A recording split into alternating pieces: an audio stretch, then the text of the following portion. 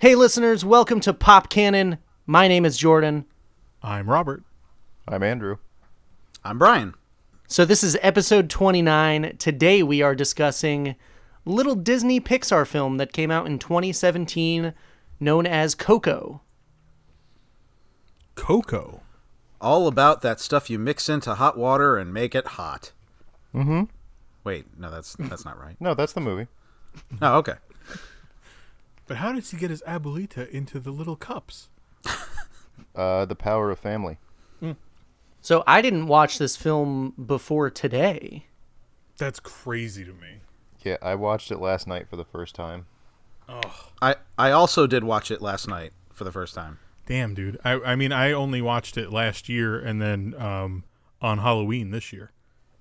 Nice. So first thoughts, what did everyone think? I absolutely loved it. I wish I had seen this in theaters because I can't even imagine how beautiful this movie would look on an IMAX screen. I loved everything about the movie. I really had a great time watching it, and I've been singing the songs pretty much since it ended. Yeah, they will not leave your head for about a week. I can't stop. Specifically, Poco Loco. I can't stop. I really enjoyed it. I didn't love it, but it was definitely a fun ride. And in my brain, Disney Pixar movies are like so much fun, and I thought that this was just that. It was charming, and it was kind of endearing. And like Andrew said, like I kind of wish that I saw this on a big screen because it probably would have been much more memorable to me if I had. I liked it.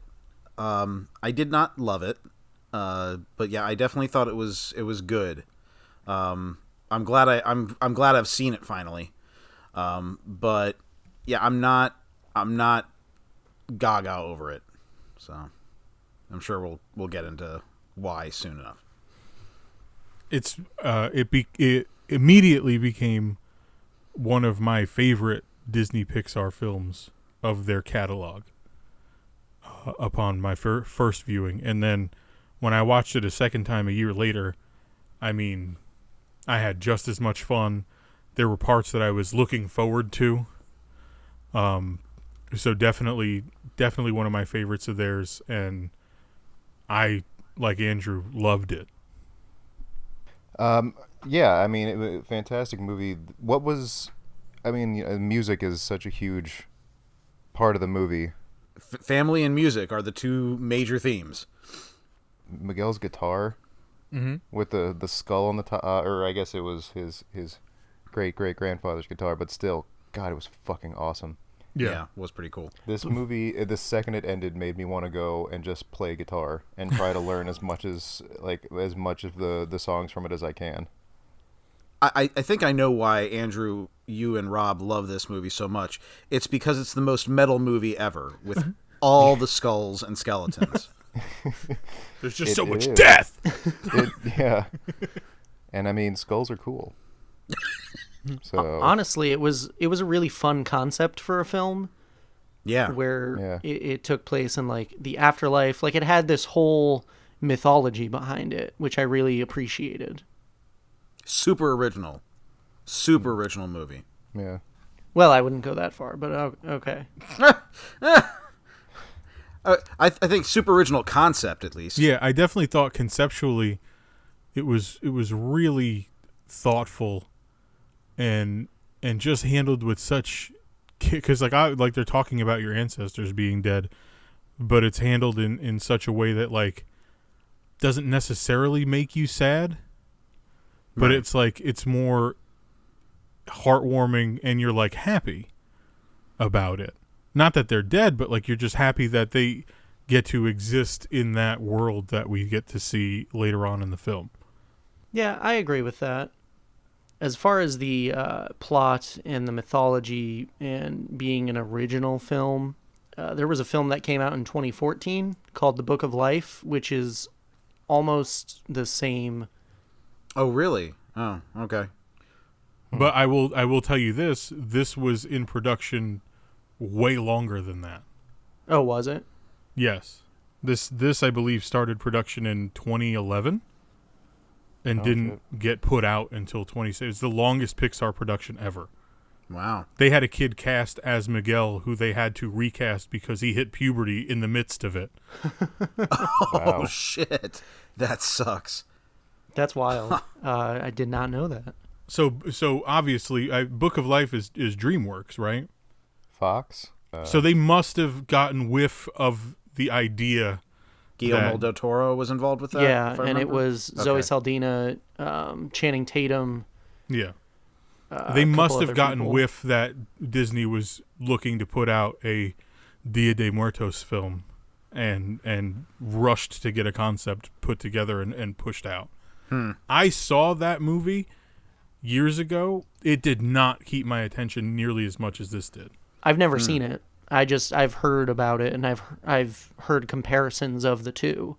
So, I mean, the comparisons between the two, you're never not going to be able to compare them.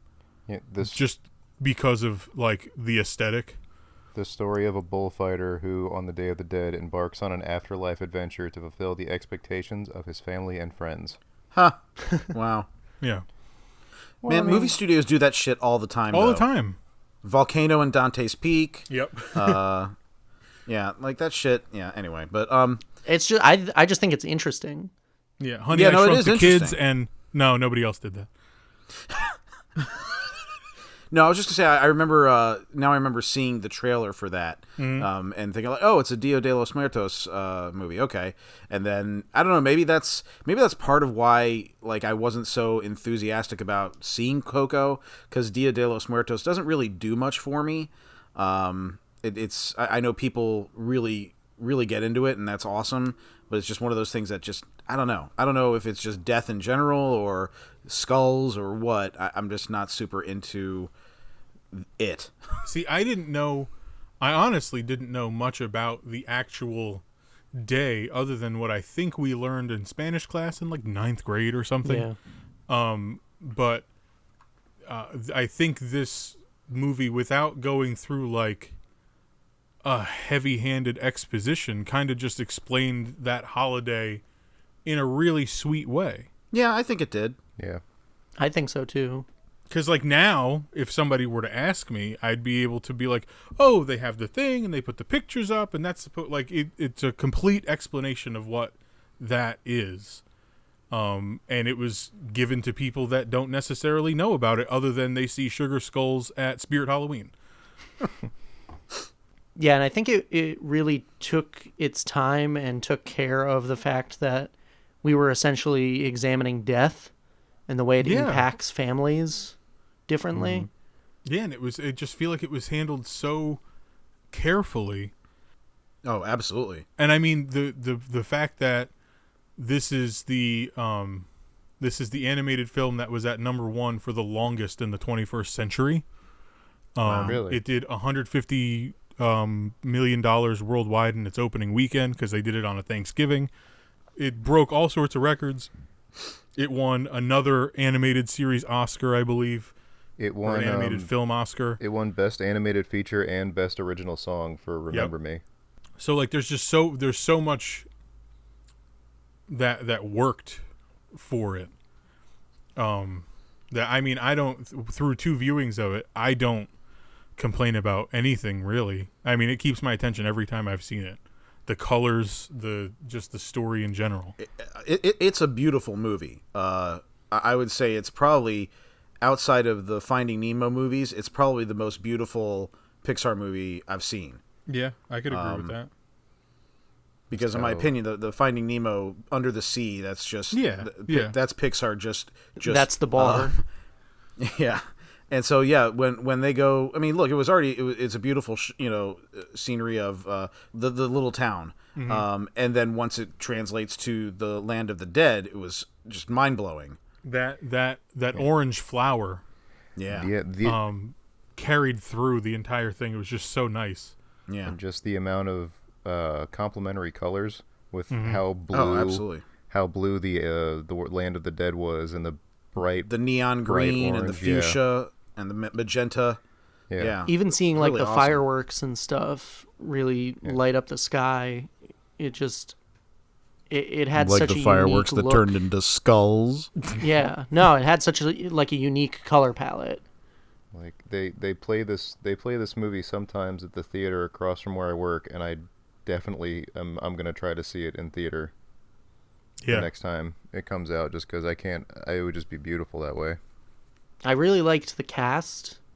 Yeah. Oh, yeah. Everyone It was was a great really cast. good, and there wasn't a single performance that like pulled me out of it.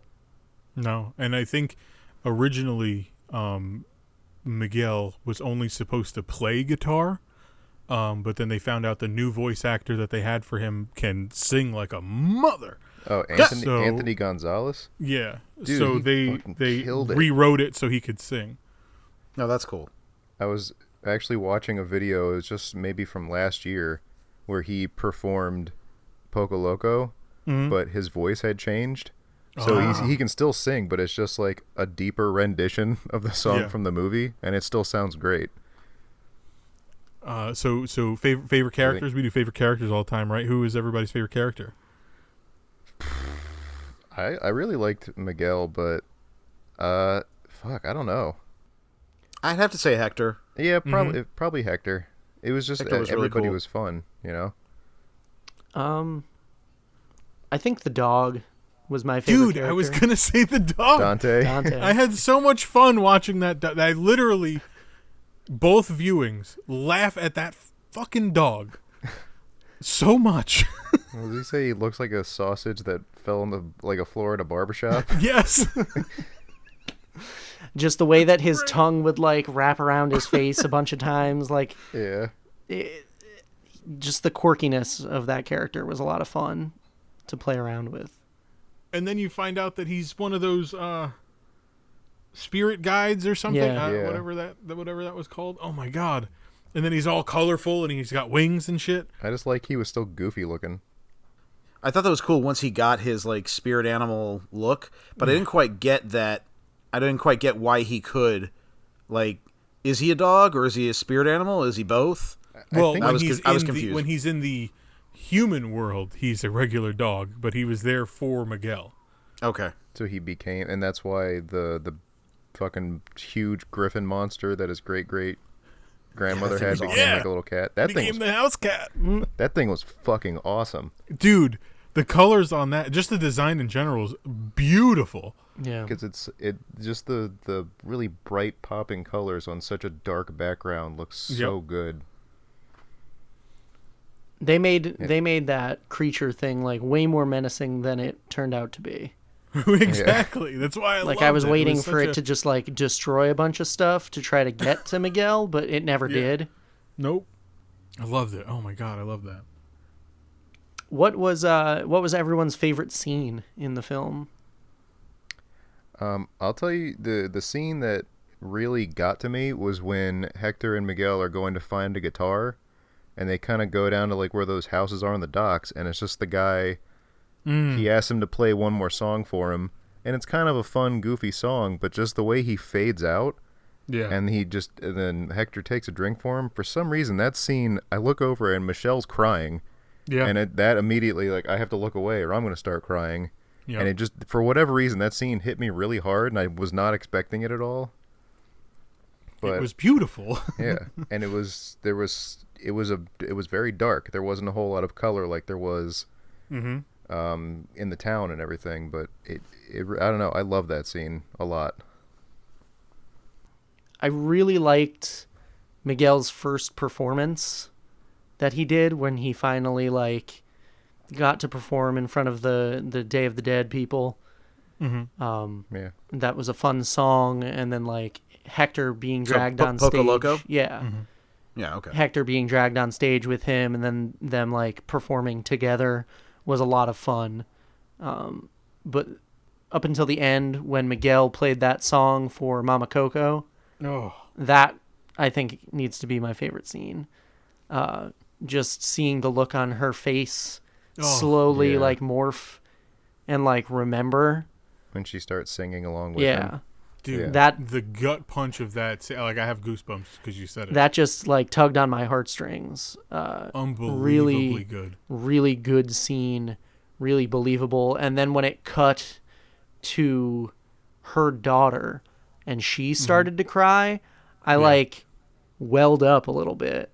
For some reason, seeing her daughter see like her mother like starting to sing and stuff like this, and have that memory, that got me. It's so much of like a release for everybody, because there was all this protection about no music because you'll make her upset. Right. And then once she starts singing, it's like, oh my God, it's okay. Like all of that, like she remembers the song and just every, like, it was so goddamn beautiful. Yeah, no, that scene absolutely, Jordan, was, and I'm not trying to make it sound like they're being manipulative, but they are. I mean, it's designed for that. Yeah. That was the emotional pinnacle of the movie. Yeah. Say what you will about Pixar, they nail that shit. They can get you to an emotional release every time. Mm-hmm. At least once. And so yeah, that was for me. Yeah, I mean, obviously, yeah, I agree. Like that was a great scene. It's really hard for me to pick one scene because the whole movie was so beautiful. I guess looking back at it, I thought the coolest thing was Ernesto de la Cruz's estate in the Great Beyond is so ridiculous but amazing. That it's got these silver double-decker bus elevators that go spiraling up towards it, and I thought that was just really well designed, and I thought that was a really cool scene when Miguel sneaks into his estate. Mm-hmm. Yeah, I mean, I love so much about this movie. I really like the idea of Miguel and Hector helping each other to try to get what they both want. Like, I really liked that dynamic that they had.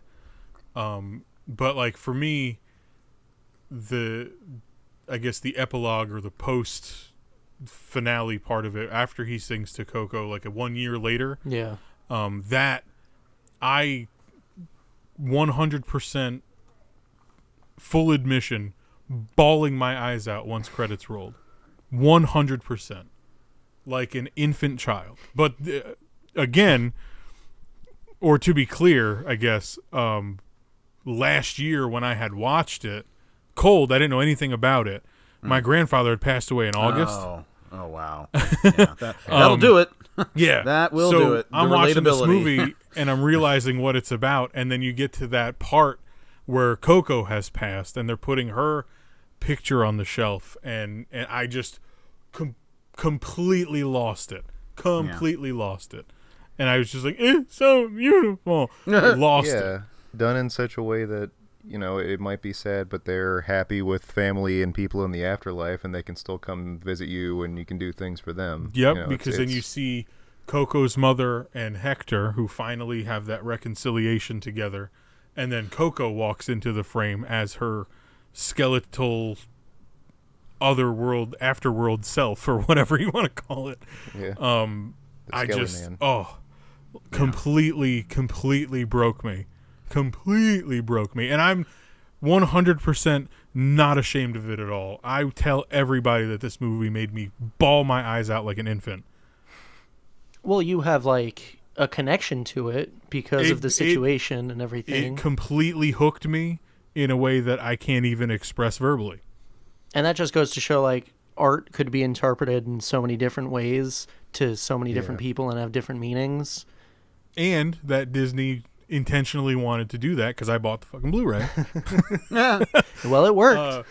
It absolutely worked. They will have, and they've announced officially that there's a Coco 2. I don't know what the hell that could be about. Oh, wow. I was just going to say, I kind of hope they don't do a sequel, but I mean... Yeah, no, and the teaser... No, there's money to be made. Yeah, oh yeah. It's Disney, I mean, of course. I mean, considering what this movie did, money-wise, there's absolutely money to be made. But $800 million? Yeah. All the reviews I hear for Frozen 2 is like, it didn't need to be made, but Disney was going to make it because money. Mm-hmm. Exactly. And that's going to be the same with every big property that they have from now on. So So the trailer for it is just you're like, I believe it's just you're walking the streets of that town that Miguel lives in, and you're hearing music being played, and it's just on Dia de Muertos, and that's it.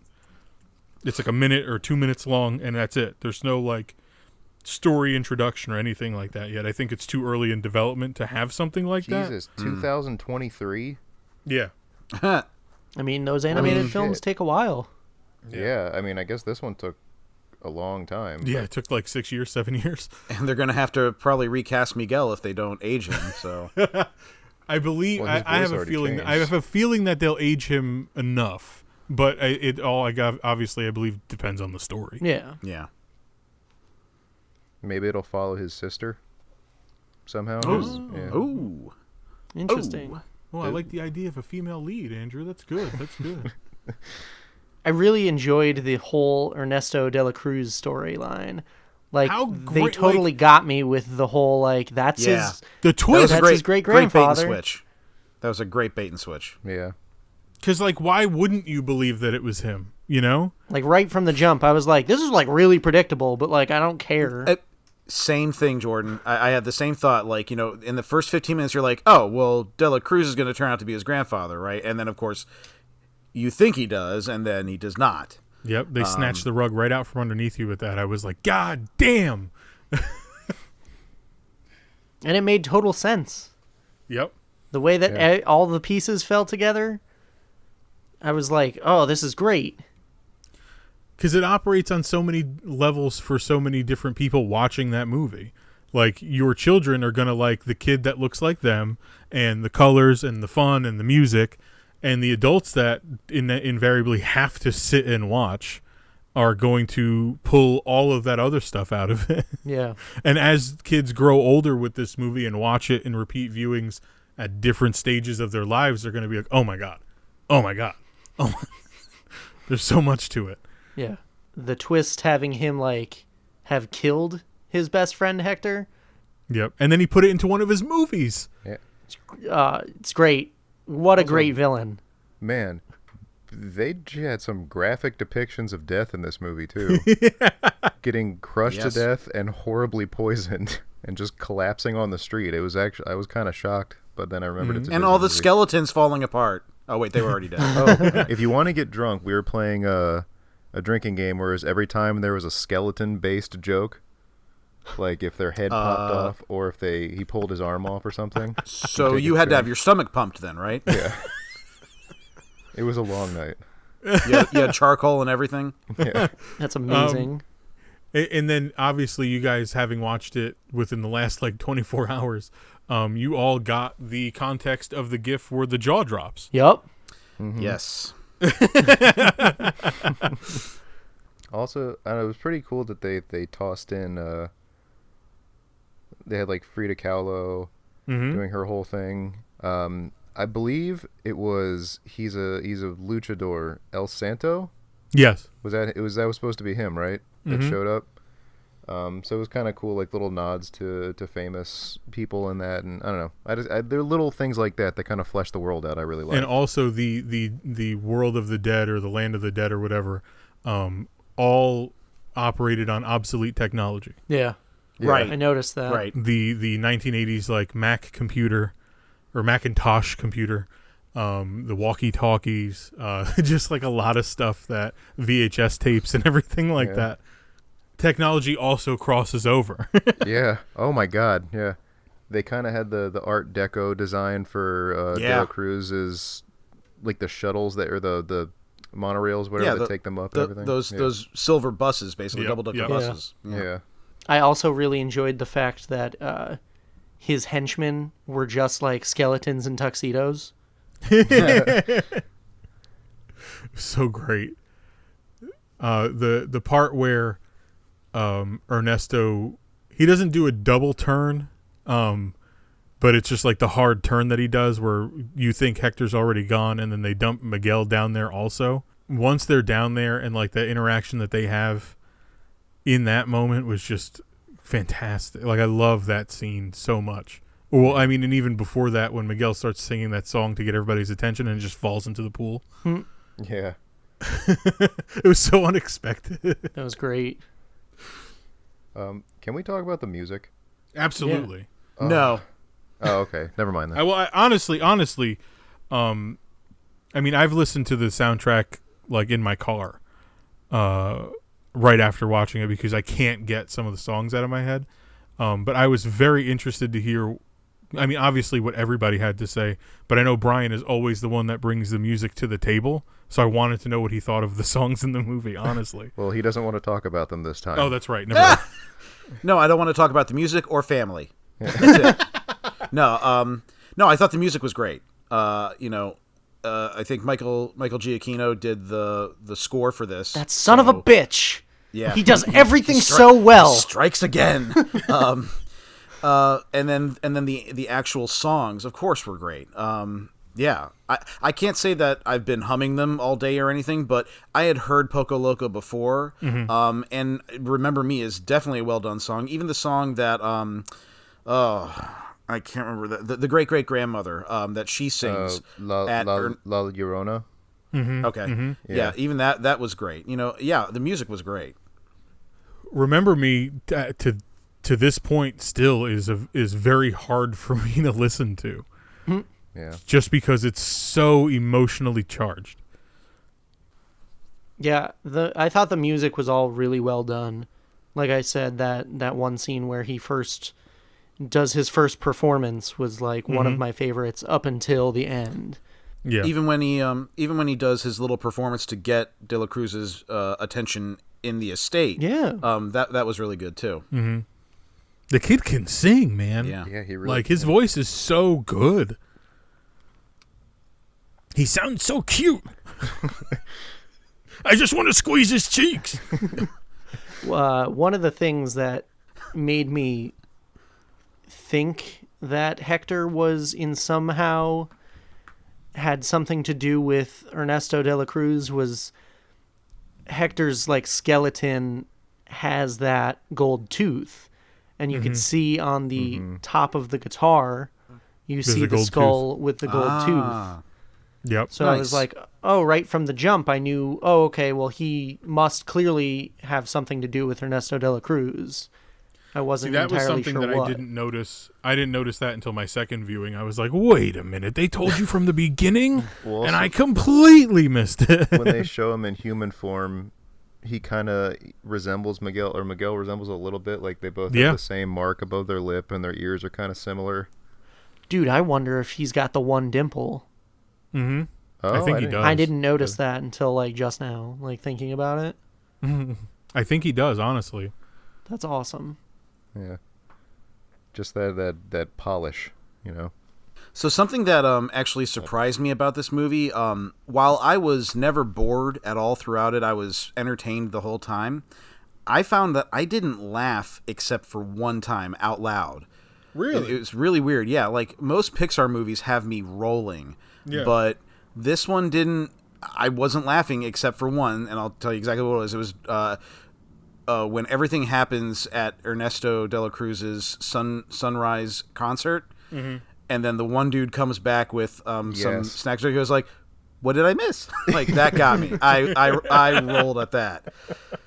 Yeah, there were only a couple of parts that I like laughed out loud at. But for the most part, I don't view this movie as a comedy. No, and that was my point, is that it really is more of like a drama that has a few jokes in it, and they did a really good job of doing that. Because like I said, it was gripping. I was watching the entire time. I was not devoid of emotion. No, well, I am that. I am a robot. But no, But you didn't get distracted or anything. Exactly. Thank you. I wasn't distracted by anything. But yeah, it was just a little surprising because I don't know, just Pixar sets that bar that there's just so much humor in their movies, and good humor too, not just throwaway jokes or anything like that. But it definitely was more of a drama. And it had everything to do with family. Yeah. The whole movie was just why family's important and why families could potentially be broken.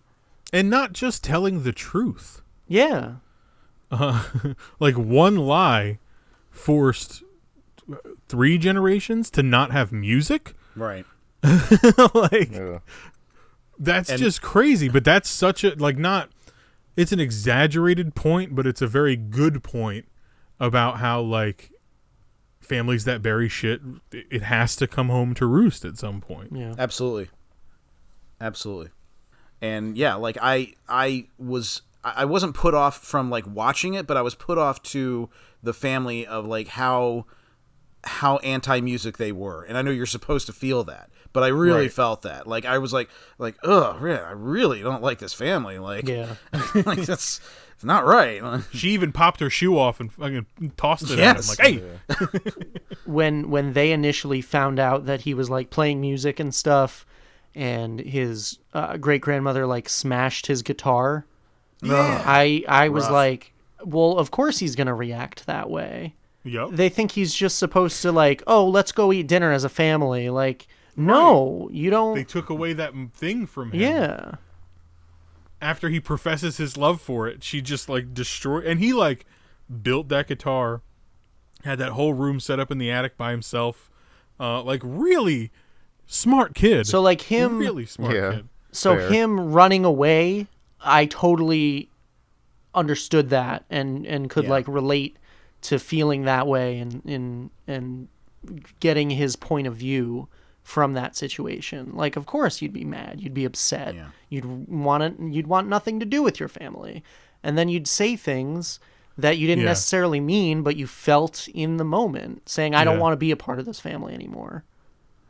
You know, that leads to another scene that I thought was really, really cool when Miguel goes into De La Cruz's, I guess, mausoleum. Yeah. And takes what turned out to be Hector's guitar off the wall, and then strums it, and you see like the pedals glow under his feet. I thought that was a really cool scene. Yeah. Yeah, that's the that's like the portal. Yeah. Yeah.